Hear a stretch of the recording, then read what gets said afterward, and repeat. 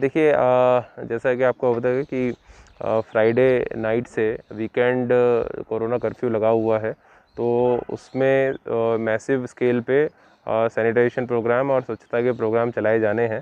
तो हमारी पूरी समस्त नगर पालिकाओं में ये एक्टिविटी चल रही है और ग्रामीण क्षेत्रों में भी चल रही है। तो उसी का इंस्पेक्शन करने के लिए हमारे समस्त अधिकारी निकले हुए हैं। मैंने भी उसी का इंस्पेक्शन करने के लिए यहाँ पे आया हूँ।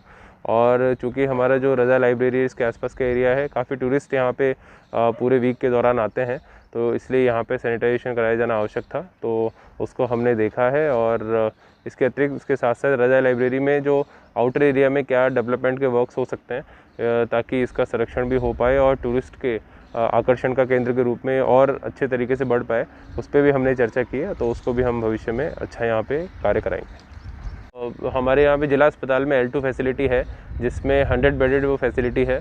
अराउंड 22 के आसपास पेशेंट्स हमारे वहाँ पे भर्ती हैं और सेंट्रल ऑक्सीजन पाइपलाइन वहाँ पे है, तो ऑक्सीजन की किसी कोई प्रकार की कमी नहीं है।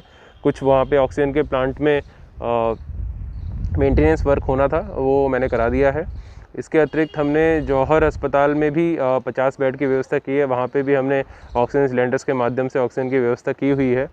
इसके अतिरिक्त हमने जो नारायणा अस्पताल है बिलासपुर में, उसका भी अधिग्रहण किया है। वहाँ पे भी लगभग 30 बेड हमें मिले हैं। तो इस प्रकार हम लगातार जनपद की कैपेसिटी बढ़ा रहे हैं कि इन केस अगर आवश्यकता पड़ती है तो हम अपने नागरिक हैं उनको बेहतर स्वास्थ्य सुविधाएं दे पाएँ। लोगों से मैं यही अपील करूंगा कि कर्फ्यू के दौरान तो आपको अपने घरों में रहकर कर्फ्यू के नियमों का पालन करना ही है, लेकिन जब वीक के दौरान जो एक्टिविटीज़ हैं उसमें मास्क ज़रूर पहनें और सोशल डिस्टेंसिंग का पालन करें और जब आवश्यक हो तो ही घर से बाहर निकलें, क्योंकि आप सब जानते हैं कि केवल प्रशासन अकेले बल पर इस बीमारी को नहीं हरा पाएगा। लोगों का सहयोग साथ बहुत ज़रूरी है।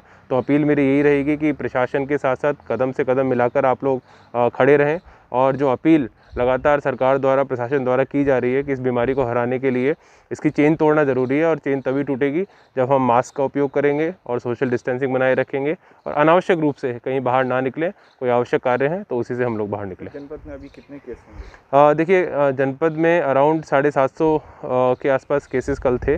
आज अभी रिपोर्ट्स हमारे पास आएंगी तो वो तय समय पर हम आपको अपडेट कर देंगे। सर, लोगों में डर है इसको लेकर बहुत ज़्यादा, तो पैनिक होने की ज़रूरत है? देखिए पैनिक होने की बिल्कुल आवश्यकता नहीं है। जनपद रामपुर में हमने पर्याप्त स्वास्थ्य व्यवस्थाएं की हुई हैं और अगर प्रोटोकॉल का पालन सब लोग करते हैं तो केसेस बढ़ेंगे नहीं, धीरे धीरे कम ही हो जाएंगे। तो मेरा यही कहना है कि पैनिक होने की कोई आवश्यकता नहीं है। प्रशासन की तैयारी पूरी है, बस सब लोग अपने घर में रहें और आवश्यकता से बाहर निकलें।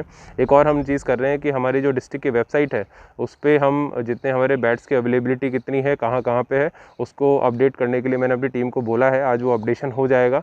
तो किसी को भी अगर बेड्स की अवेलेबिलिटी के बारे में जानकारी चाहिए तो वो हमारे डिस्ट्रिक्ट वेबसाइट पर सर्च कर सकता है। सारी सूचनाएँ वहाँ पर रहेंगी।